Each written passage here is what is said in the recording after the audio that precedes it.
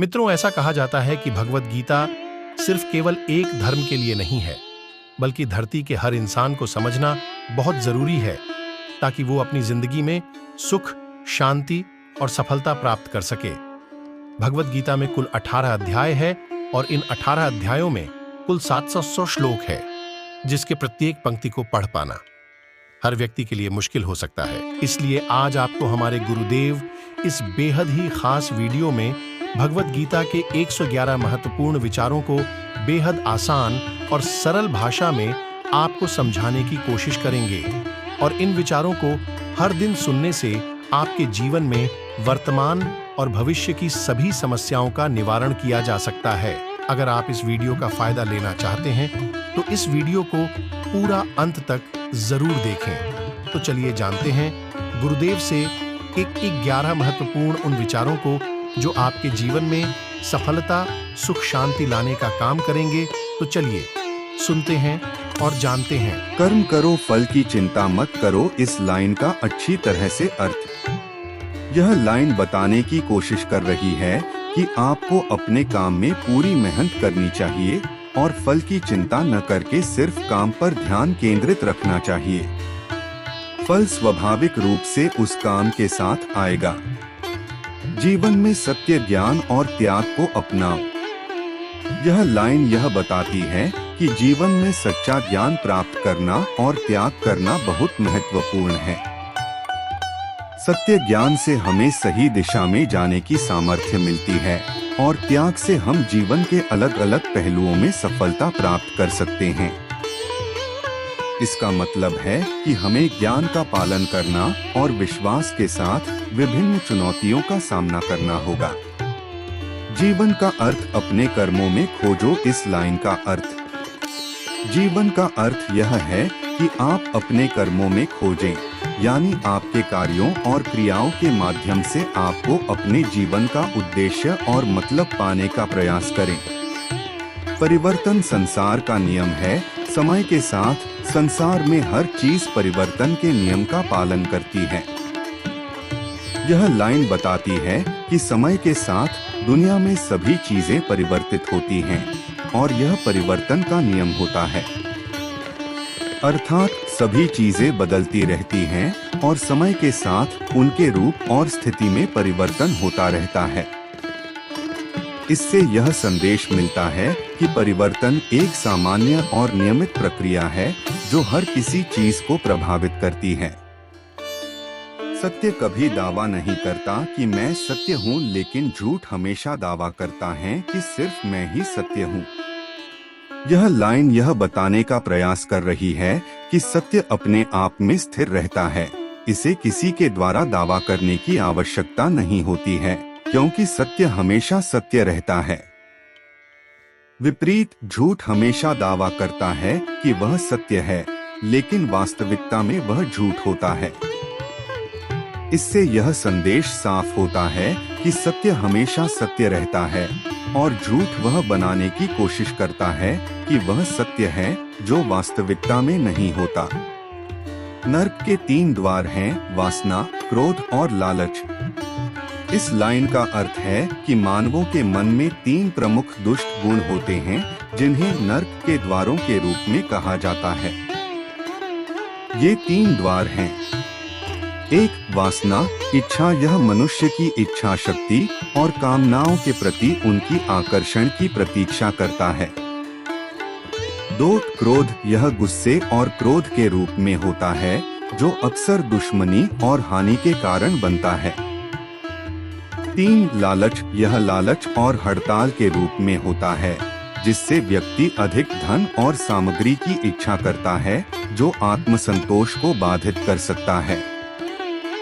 इस लाइन का संदेश होता है कि इन दुष्ट गुणों को नियंत्रित करना और समझना मानवों के लिए महत्वपूर्ण है ताकि वे सद्गुणों की ओर बढ़ सकें और आध्यात्मिक उन्नति प्राप्त कर सकें। किसी का अच्छा ना कर सको तो बुरा भी मत करना, क्योंकि दुनिया कमजोर है लेकिन दुनिया बनाने वाला नहीं। यह लाइन यह बताती है कि जब आप किसी के साथ कुछ अच्छा नहीं कर सकते तो आपको उनके प्रति बुरी भावना नहीं रखनी चाहिए। क्योंकि दुनिया में कमजोरी हो सकती है, लेकिन हमारे किसी एक व्यक्ति का उत्तराधिकार नहीं होता कि वे दुनिया कैसे चलाते हैं।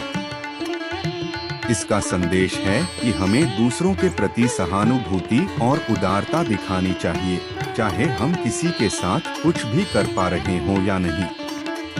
सदैव संदेह करने वाले व्यक्ति के लिए प्रसन्नता ना इस लोक में है ना ही कहीं और।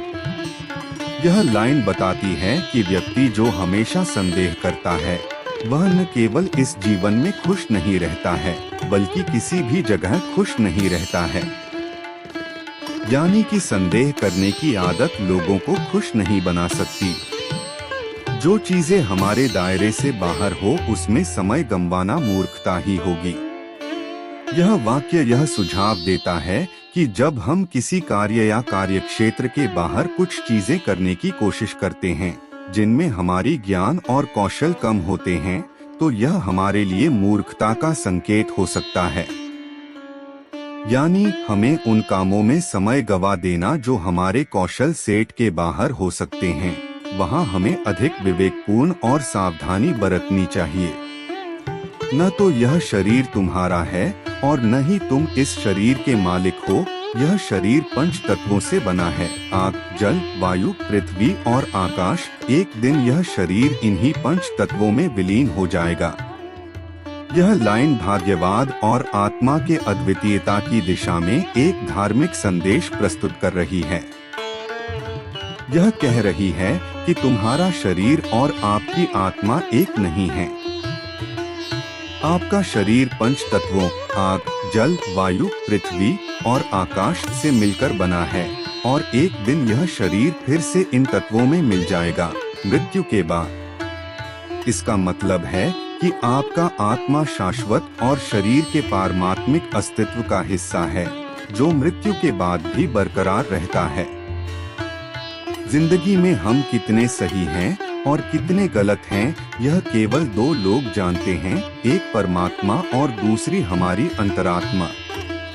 यह लाइन बताती है कि कितने सही या गलत हम होते हैं, यह सिर्फ हमारे आत्मा और ईश्वर को पूरी तरह से पता होता है और यह हमारे बाहरी दुनिया में किसी और को नहीं पता होता। इसमें एक आध्यात्मिक संदेश है कि हमें अपने आत्मा के साथ सही और गलत के बारे में जागरूक रहना चाहिए और अपने कर्मों को सुधारने का प्रयास करना चाहिए। परिवर्तन ही संसार का नियम है। एक पल में हम करोड़ों के मालिक हो जाते हैं और दूसरे पल ही हमें लगता है कि हमारे पास कुछ भी नहीं है। यह लाइन मानव जीवन के परिवर्तनपूर्ण स्वरूप को व्यक्त करती है। इसका मतलब है कि जीवन में स्थिति और समय के साथ बदलती रहती है और हमारी समझ और अवस्थाएं हमें कभी धन्य और कभी कमजोर महसूस करा सकती हैं। यह हमें याद दिलाता है कि संजीवनी खुशियों और समस्याओं के आगमन के बीच हमें विवेकी और सामयिक रूप से जीने की क्षमता रखनी चाहिए। क्रोध से भ्रम पैदा होता है। भ्रम से बुद्धि व्यग्र होती है। जब बुद्धि व्यग्र होती है तब तर्क नष्ट हो जाता है। जब तर्क नष्ट होता है तब व्यक्ति का पतन हो जाता है। यह लाइन यह दर्शाती है कि क्रोध के परिणामस्वरूप व्यक्ति कई अवस्थाओं में दुर्बल हो सकता है। एक, क्रोध से भ्रम पैदा होता है। जब किसी व्यक्ति क्रोधित होता है तो वह अकेले क्रिया करने की बजाय अधिक असहमत और अप्राकृतिक धारणाओं में पड़ सकता है, जिससे भ्रम पैदा होता है। 2, भ्रम से बुद्धि व्यग्र होती है। इस भ्रम के परिणामस्वरूप व्यक्ति की बुद्धि खुदरा और भटकी हो सकती है, जिससे वह सही निर्णय नहीं ले पाता। 3, जब बुद्धि व्यग्र होती है तब तर्क नष्ट हो जाता है। जब व्यक्ति की बुद्धि व्यग्र होती है तो वह तर्क और युक्तियों का सही रूप से उपयोग नहीं कर पाता, जिससे उसका निर्णय गलत हो सकता है। 4, जब तर्क नष्ट होता है तब व्यक्ति का पतन हो जाता है। अंत में इस श्रृंगारिक प्रक्रिया के परिणामस्वरूप व्यक्ति गलत निर्णयों के कारण खुद को हानि पहुंचा सकता है, जिससे उसका पतन हो सकता है। इसलिए इस लाइन का संक्षेप रूप से अर्थ है कि क्रोध से बचना महत्वपूर्ण होता है, क्योंकि यह व्यक्ति की बुद्धि को प्रभावित करके उसके निर्णयों को प्रभावित कर सकता है और उसका पतन कर सकता है। मित्रों, हम उम्मीद करते हैं कि आपको जो गुरुदेव ने बताएं समझाएं वह आपको बिल्कुल अच्छी तरह से समझ में आया होगा और आप इस कहानी से जो सीखे समझे उसे अपने जीवन में उतारिएगा। वैसे दोस्तों, आप इस कहानी से क्या सीखे कमेंट में जरूर बताइए और ऐसे वीडियो देखने के लिए चैनल को सब्सक्राइब, वीडियो को लाइक, शेयर और कमेंट में हर हर महादेव, जय श्री कृष्ण, राधे राधे अवश्य लिखें।